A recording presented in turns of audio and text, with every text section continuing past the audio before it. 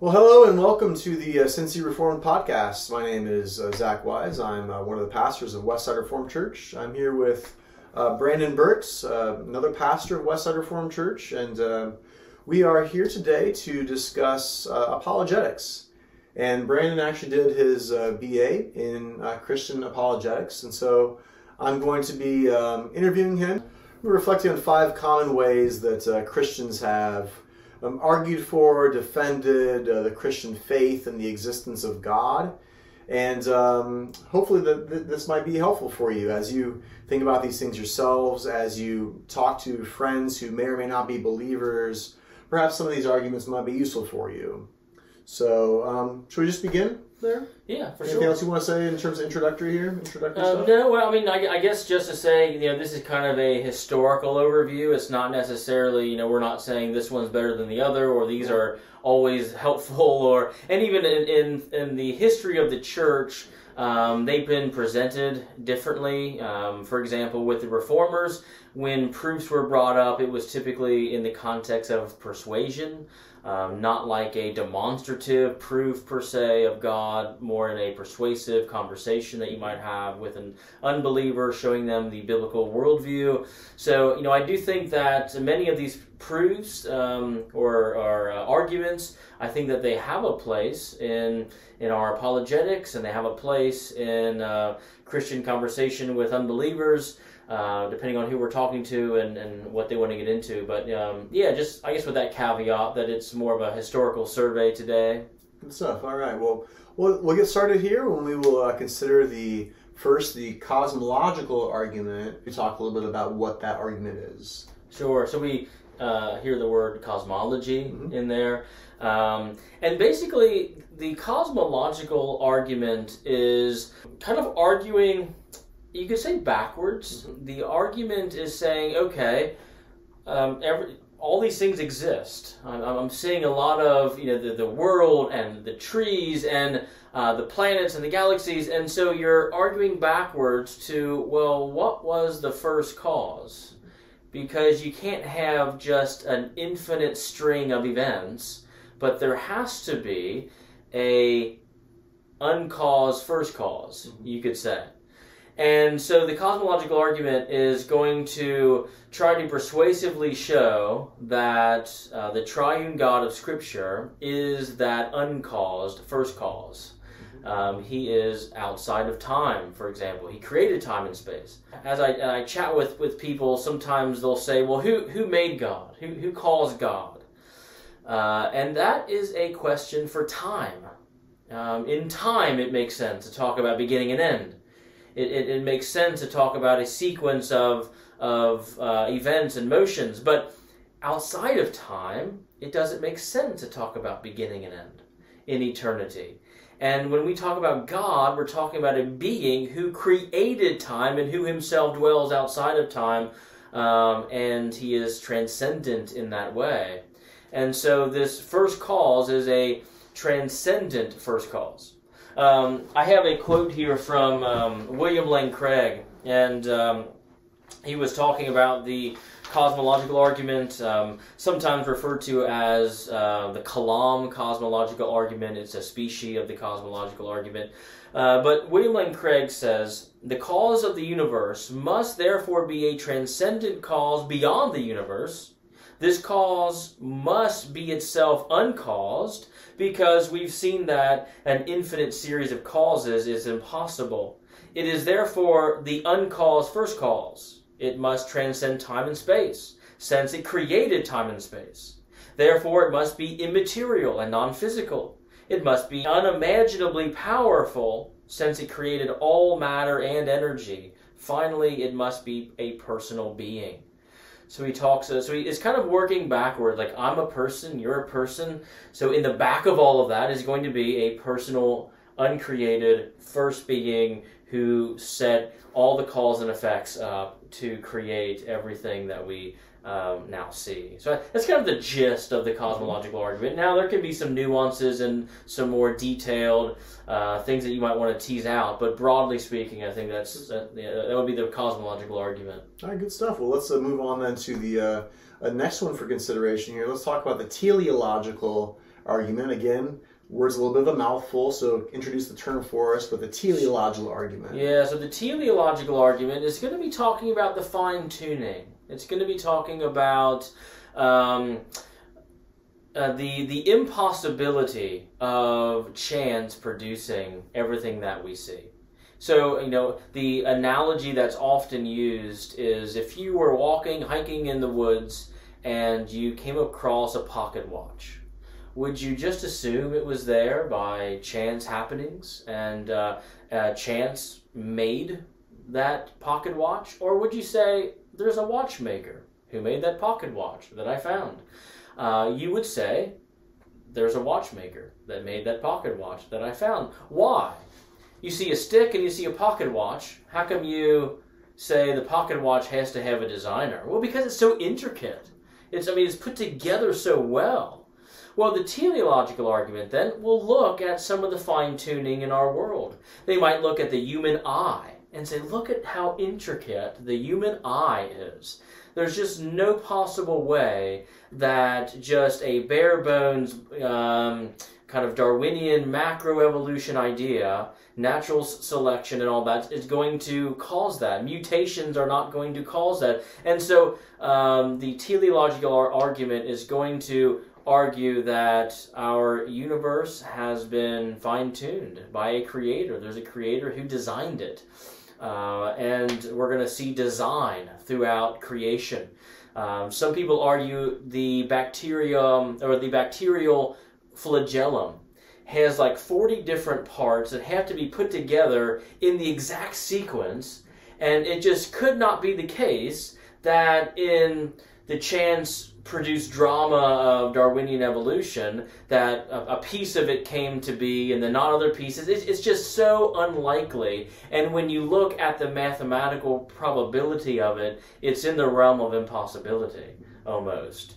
Again, the teleological argument is going to talk about the fine-tuning of the universe.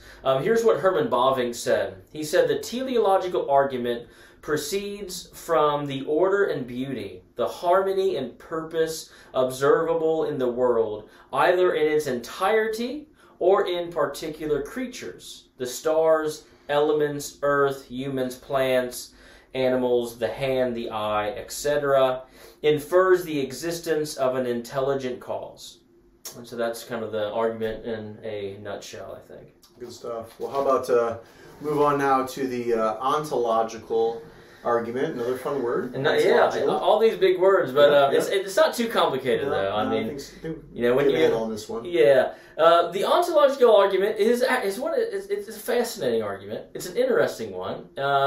It causes me to think a lot, but I also don't think it's that persuasive to a lot of people. But so here's what it is, kind of in a gist. The ontological argument says that you can think of God, right?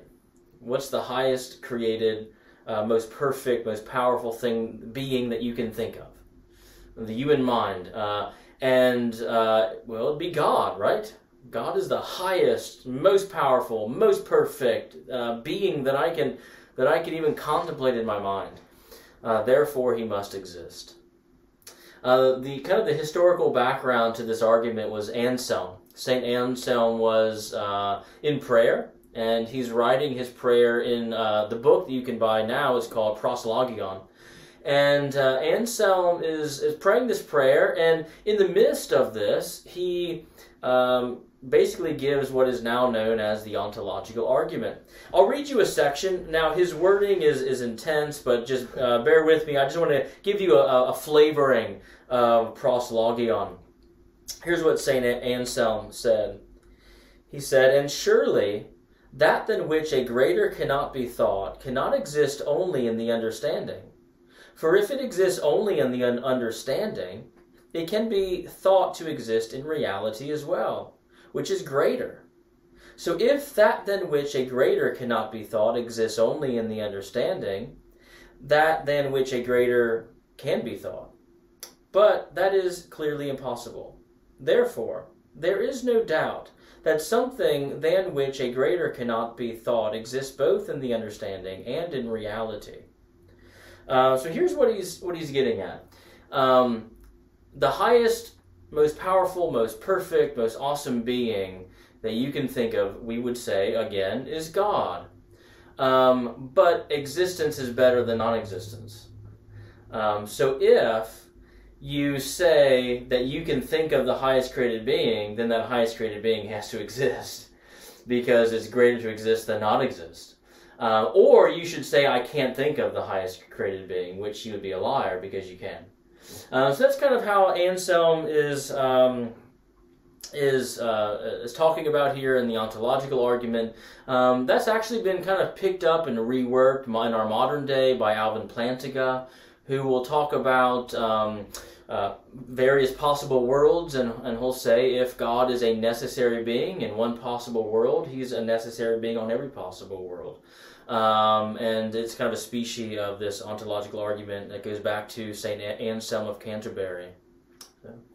That's an interesting one. I actually heard an interview recently with a lady who's a professor on the East Coast, and she was talking about a book she wrote off of Anselm. It's called Perfect Being Theology. Oh. And as she was unpacking it, man, it was the same kind of thing, like very thought-provoking, very thought-provoking. Not exactly sure if I'm quite persuaded by it, but it's really interesting to think about for sure. Yeah. Well, let's move on to the next one, the fourth one for our consideration, of the moral argument for the existence of God. Can you give us a bit of the moral argument for the existence of God? Yeah, so I mean, very simply, it would say, if God does not exist, objective moral values and duties do not exist. But objective moral values and duties do exist, therefore God exists. So the whole idea is, if God is not real, God is fake, God is made up, or he's a human construct or something, and there is no transcendent being, then why is it wrong to murder and steal? Well, you might say, well, society. Our society says it's bad and you'll go to jail. And it was kind of like a majority rule kind of idea. Well, if the society is the arbiter of our ethic, then do we change our ethic as we go to different societies? If I go to a cannibal tribe, do I just kind of conform? Now, even the cannibal tribe will exhibit some moral quality. There's some cannibal tribes where they said they would not eat their own people, just the other people. So there's some morality there, I guess you could say, where they're careful to preserve their own. So do you just conform to that and say, well, this society has said this, and how can we then critique, say, Nazi Germany, and what that society has said was good or bad? And so the premise of the moral argument is that moral absolutes become completely relativized to where there really is no morality, just a will to power over other people. Yeah. I think that's one of my go-tos, practically speaking to people, because I think people resonate with that one quite well, to point out that morality is not just a description of things, but it really is a prescription of how we ought to live, how we should live. And we cannot operate apart from something like that. We can't even imagine a world where mankind just simply chooses what kind of morality, and that there's no greater moral authority over us. There's no moral absolutes. We can't even imagine or live in such a world without that, I think. Yeah. Last one to ask about, Brandon, the Transcendental Argument. Yeah. Something tells me this is going to be a fun one. Yeah. So I wore my Cornelius Van Til t-shirt for this conversation, but I wanted to read actually. So in Avery Dawley's book, he's actually a Roman Catholic. He wrote a book called A History of Apologetics. And just actually a nice little history if you're interested in kind of how apologetics has been done since the Apostle Paul to today, basically. But in here, he was talking about a person named Alexander Bruce. And he was writing in the late 1800s. Alexander Bruce, he concedes that the proofs of God are rarely convincing, except those who already believe on other grounds. So he was looking at kind of the proofs and the arguments that we were talking about, and he wasn't convinced that they were very convincing to other people, except unless you already believe, then it might to kind of reinforce your faith, perhaps. And he says, but if one takes the Christian idea of God as a hypothesis, he argues, everything else that one knows tends to verify it. So he says, if you presuppose God, it makes sense of your entire world and environment. And this, of course, is going to be picked up and really driven home by Cornelius Van Til, one of the professors at Westminster Theological Seminary. His theological method is sometimes called presuppositionalism or covenantal apologetics or reformed apologetics or something like that. And Van Til, he says this. He says, the best and only possible proof for the existence of such a God is that his existence is required for the uniformity of nature and for the coherence of all things in the world. So without God, he would say, you can't prove anything. So let me use an analogy that might help us to think about this. When I walked in this room that I'm in, I don't see the floorboards, but they have to be there, right? I'm standing on a floor. There has to be some supports underneath it. That's kind of a way that that this transcendental approach is getting at. What must be the case given what we see around us, given what we know, given who we are and our abilities to reason and our abilities to feel kind of moral imperatives when we see, for example, a child getting beating or something like that. We have this moral sense about us. We can think and count and do great things. What must be the case? And so Van Til is going to argue that it must be God. God must be the great presupposition behind everything. Otherwise, you won't be able to do any of that. And you can do it. Therefore, it's evidence that God exists.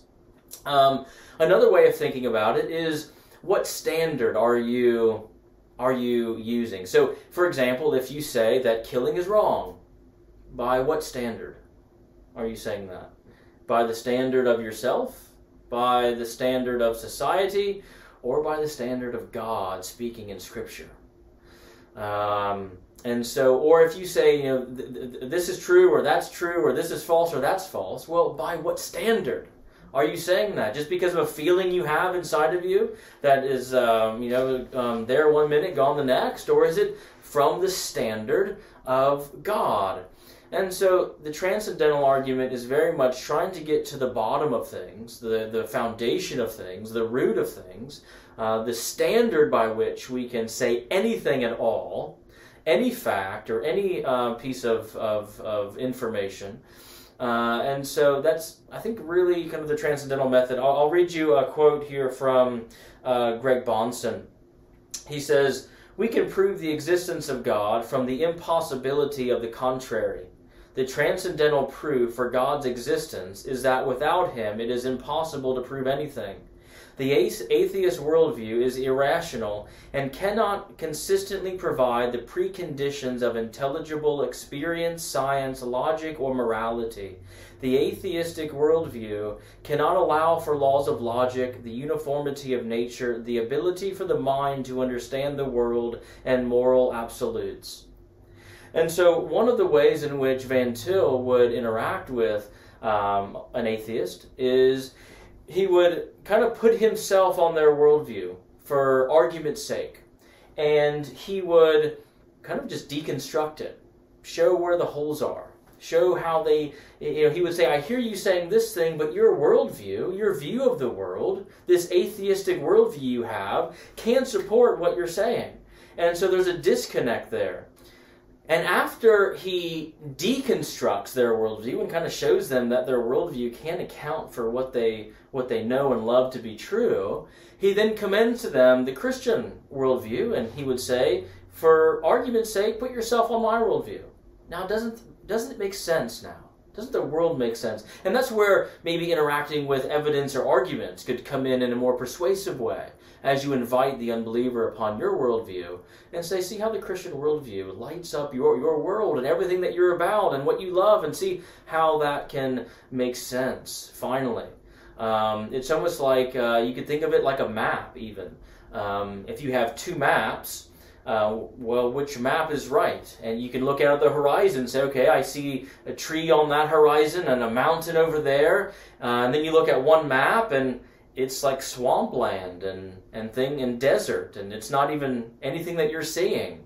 But then you open up another map and it's exactly mapped on to what you're seeing around you. That's what the Christian worldview does. The Christian worldview explains why the world is the way it is. It maps on, it explains things, whereas the atheistic worldview doesn't match up. You're building on a question mark, oftentimes. You put a big question mark and then you build from a question mark, and you have no standard in which to build. And so the transcendental argument is very much going to get under the floorboards, as it were, to try to deconstruct the atheistic worldview and show how it's inconsistent or irrational or arbitrary or whatever, and then commend the Christian worldview. Anything else to add? Or No, but something tells me, though, that's probably your favorite of the 5 arguments that you described before. Yeah, I mean, well, again, I'm not opposed to evidence. In fact, Van Til said evidence was the other half of his apologetic method. So I think that there's a persuasive place there. But I do think that the transcendental argument forms kind of a structural understanding of things in which we can kind of deploy different lines of evidence or arguments. Well, maybe a future episode we'll have to get into the transcendental argument, maybe a little more detail, and start considering some of the distinct aspects of it, and maybe some of the more persuasive ways that it's been utilized. But Brandon, can you maybe introduce us to a few of the books that you have here that you want to highlight for our listeners? A very basic one, Know Why You Believe by Scott Oliphint. Very basic book for just somebody interested in apologetics, written at a high school level. If you're interested in Van Til, Christian Apologetics, probably the best place to start. A pretty accessible work by Cornelius Van Til. And if you're interested in the history of apologetics, Scott Oliphint and Bill Edgar put together 2 volumes, and it's a primary source of every argument for God's existence from the Apostle Paul to today. So it has biblical stuff, the early church fathers, Justin Martyr, and into the medieval theologians, Thomas Aquinas, all the way through Van Til and into today, Alvin Plantinga and such. So if you're just interested in a primary source of all this, kind of a sampling of all the writings, I would go with this, Christian Apologetics, Past and Present. Good stuff. Well, I should probably also mention too here that Brandon's mentioned a few times now the significance of a Christian worldview, and Brandon has also authored a book recently on that very topic. You want to just quickly tell them the title and a quick intro to what that is? I guess we've actually interviewed you in the past on that too, so if you're interested in this and hearing more about his book, then maybe go back a couple of months when I interviewed Brandon on the book that he just published and released. Yeah, well, it's Thinking God's Thoughts, an Introduction to a Pilgrim Worldview, and again, it's trying to help us to reject autonomy and think God's thoughts after Him, be Bible people, and view the world through the lens of the Bible. Excellent. Well, thanks so much for guiding us through some of this stuff, Brandon. Look forward to maybe talking about some of the details and nuances of these things with you in the future. And thank you for joining us today on the podcast. We hope it's been useful for you. Maybe it's helped strengthen your faith today, or give you some avenues that you can explore with friends, family, coworkers who are unbelievers or who are doubting the faith that they currently profess. So again, thank you for being with us. This is the Cincy Reformed Podcast, and we are sponsored by Westside Reformed Church. You can find us at cincyreformed.org and westsidereformed.org. Thanks again. We'll be with you next week. Bye-bye.